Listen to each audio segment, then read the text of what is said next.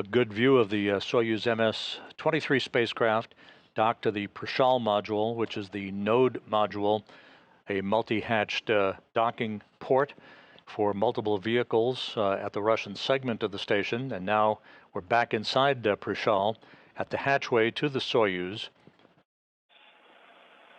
as the crew is beginning to gather for final farewells before the Soyuz crew floats through the hatch and closes the hatch behind them to begin their pre-undocking preparations.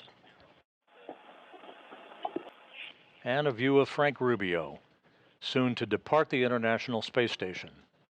Rubio, Prokopyev, and Petelin originally were scheduled to spend just 6 months on the station, but a coolant leak developed in their original Soyuz that brought them to the station, the Soyuz MS-22, back on December 14th last year, and a replacement Soyuz was launched unpiloted and automatically docked to the station. That's the Soyuz MS-23 that they'll be returning home in a short time from now.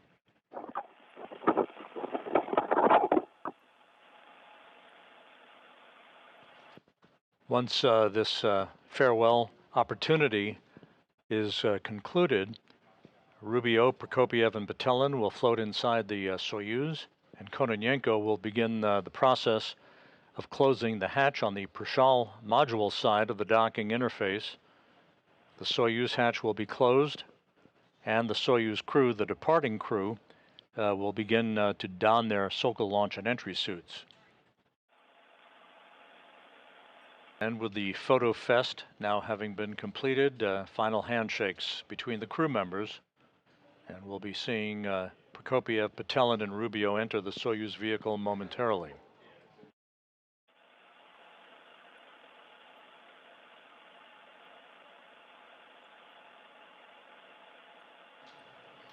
Sergei Prokopyev entering the Soyuz with his crewmates.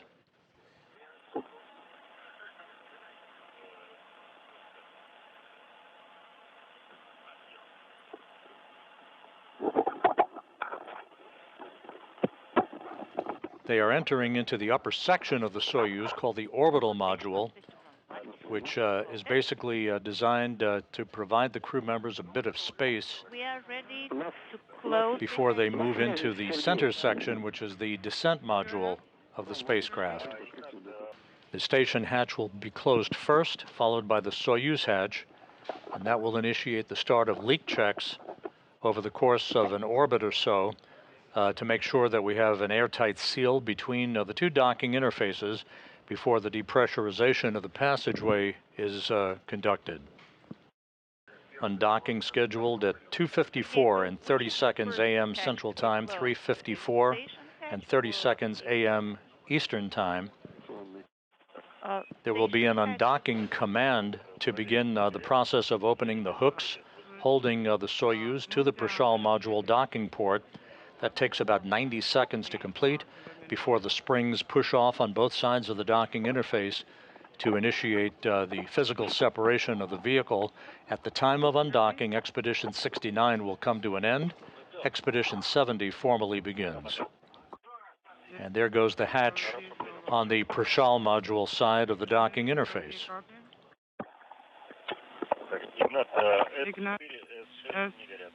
S4 and S6 are no longer illuminated. Copy. And the hatch closed on the Prichal module at 11:38 p.m. Central Time, 12:38 a.m. Eastern Time. Frank Rubio, Sergei Prokopyev, and Dmitri Petelin are now inside their return craft, the Soyuz MS-23. The hatch on the station side, the Prichal module hatch, has been closed. The three departing crew members will be closing the Soyuz hatch momentarily, having bid farewell to their crewmates and to their home that they have lived in for over a year, returning home this morning after 371 days in space, the third longest spaceflight in human spaceflight history.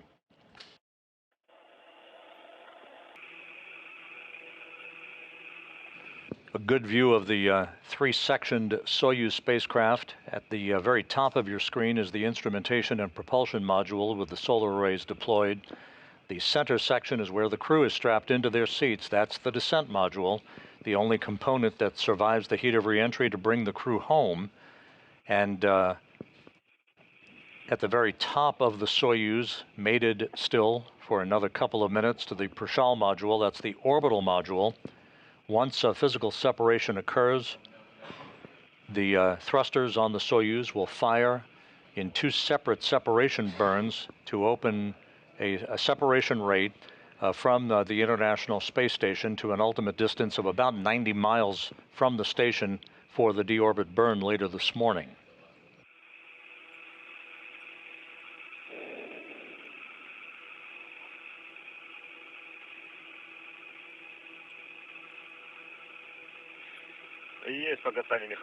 Undocking confirmed. Physical separation confirmed at 2:54 a.m. Central Time, 3:54 a.m. Eastern Time, as the International Space Station flew over southeastern Mongolia. Frank Rubio, Sergei Prokopyev, and Dmitri Petelin have departed the complex that has been their home for over a year.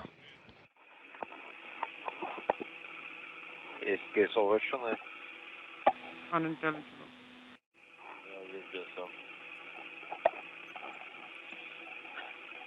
Next up, in about 2.5 minutes, the first separation burn to increase the opening rate between the Soyuz and the station. That'll be an 8-second burn of the Soyuz engines with an opening rate of about 0.53 meters per second.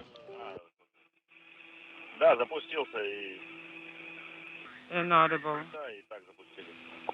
Yes, we send the command, but inaudible, both from the control panel.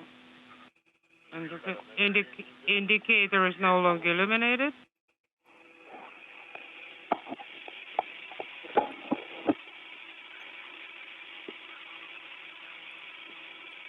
A very smooth, clean separation by the Soyuz MS-23, a great view as it flies over Mongolia.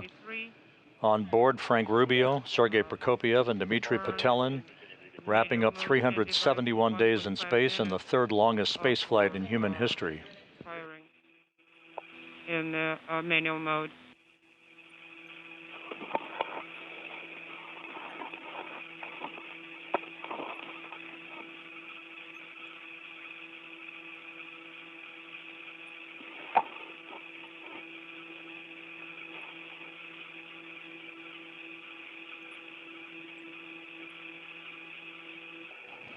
At this point, the crew will have a bit of free time as they prepare for the deorbit burn and their ultimate descent back into the Earth's atmosphere. So how is it going?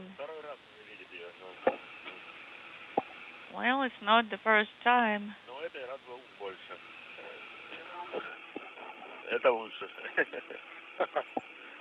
Well, it's going even better.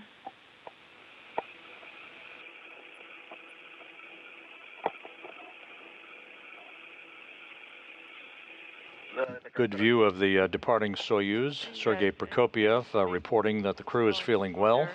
Everything in good shape on board the MS-23. This spacecraft was launched back in February, unpiloted, made an automated docking to the International Space Station as the replacement for the damaged Soyuz MS-22 spacecraft that incurred a coolant leak back in December of last year, rendering it unusable for the crew to return to Earth in. As the Soyuz undocked from the International Space Station, the NASA and Russian landing team, embedded with the Rosaviatsa search and recovery forces, are taking a breather at the airport in Kazakhstan, which is the intermediary staging site. The NASA Russian landing team flew by helicopters from Karaganda to Kazakhstan a couple of hours ago. Those helicopters have been refueled and will take off in sequential fashion for the landing site to recover Rubio, Prokopyev, and Petelin.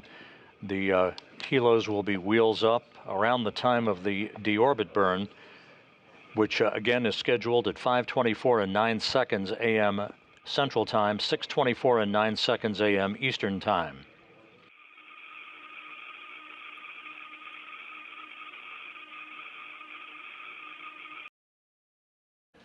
And there's our first view of the Soyuz MS-23 under the chutes.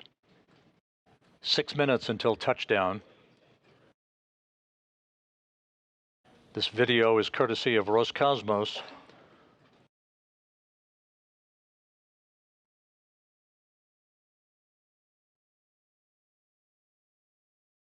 Soyuz descending at its normal rate of descent. Search and recovery forces are reporting back that everything is looking good from their perspective.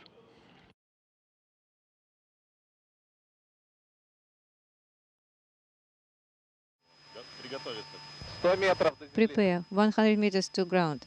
100 meters to go. The crew being told to brace for touchdown. Object getting close to touchdown. Object touchdown. Touchdown confirmed at 6:17 a.m. Central Time. Rubio's record ride comes to an end as he, Prokopyev, and Petelin return to Earth after a 371-day, 157 million-mile journey at the International Space Station. And this video now, courtesy of Roscosmos, showing Soyuz commander Sergei Prokopyev having been helped out of the Soyuz MS-23 spacecraft.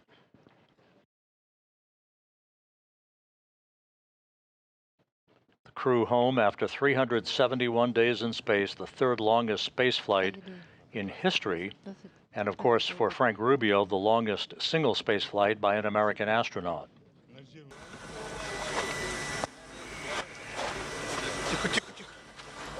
easy, easy.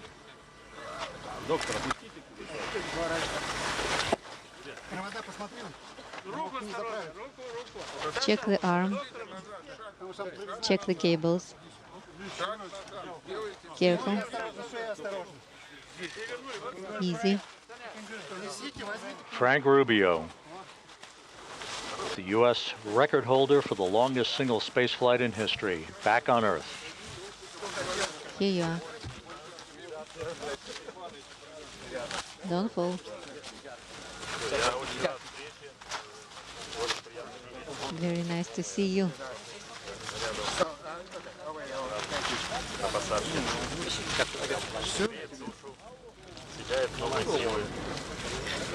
So great.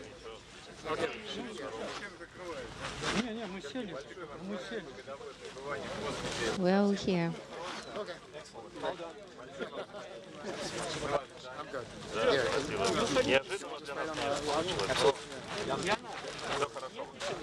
All went well.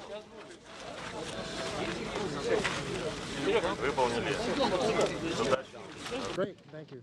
Great, It's good to be back. you were the doctor on the crew, mate. How is in the space? How is your mate? Fantastic. Yeah, everybody did really well. You look very well. Thank very you. well. Thank you. It's good to be home. Thank you.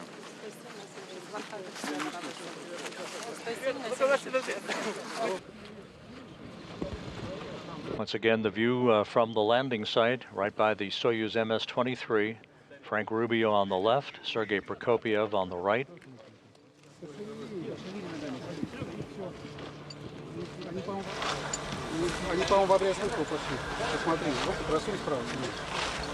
Check the arm on the right side. And Dmitri Petelin now being removed from the Soyuz spacecraft. Easy, easy here. Turn. Legs. Turn back. Little higher. Move him a bit higher.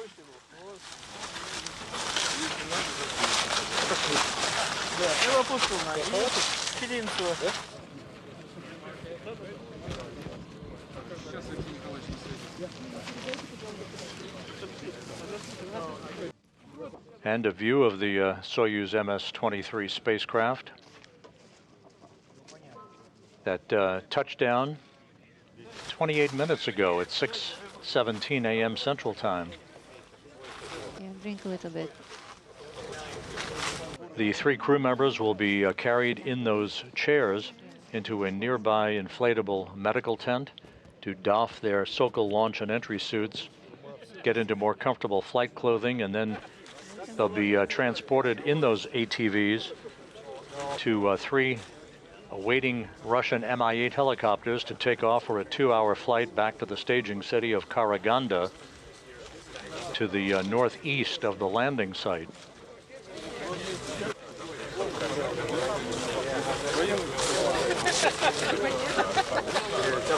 Soyuz didn't get any bigger.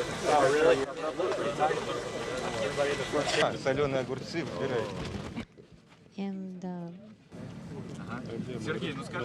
Sergei.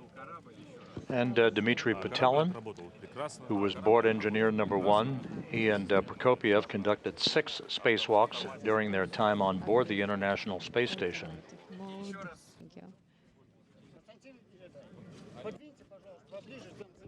Let's move it a little bit closer.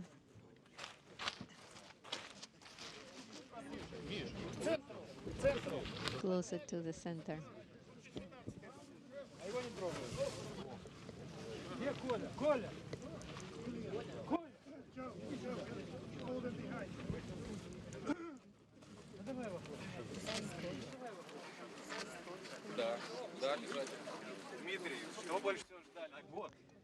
Dmitri. For a photo, please stand in the back.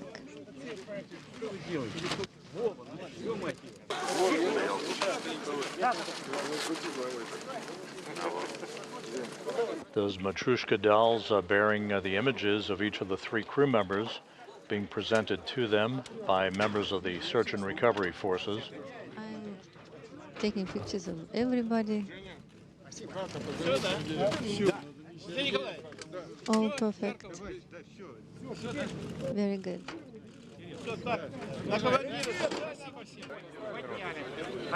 Pick up the blanket.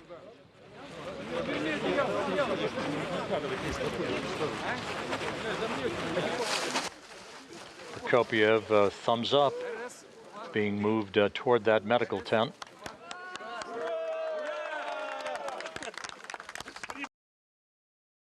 As we mentioned, the crew members were quickly extracted from the Soyuz MS-23 that landed on time, on target, and are now being brought into the nearby medical tent.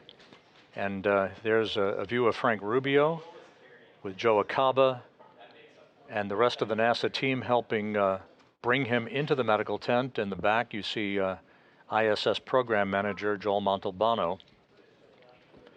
The crew will get out of those Sokol launch and entry suits. They'll put on comfortable flight clothing and prepare for their helicopter flight back to Karaganda, Kazakhstan, and eventually their trip back to their respective hometowns. Rubio coming to Houston, Prokopyev and Petelin coming to Star City, Russia. So with that, the crew is now back in the medical tent. Medical exams in store for them as they have landed after more than a year in space, the 3rd longest space flight in history, a successful end to an eventful mission that was extended by 6 months, but ended in great fashion with a bullseye touchdown on the steppe of Kazakhstan. Frank Rubio, Sergei Prokopyev, Dmitri Petelin, safely back on Earth.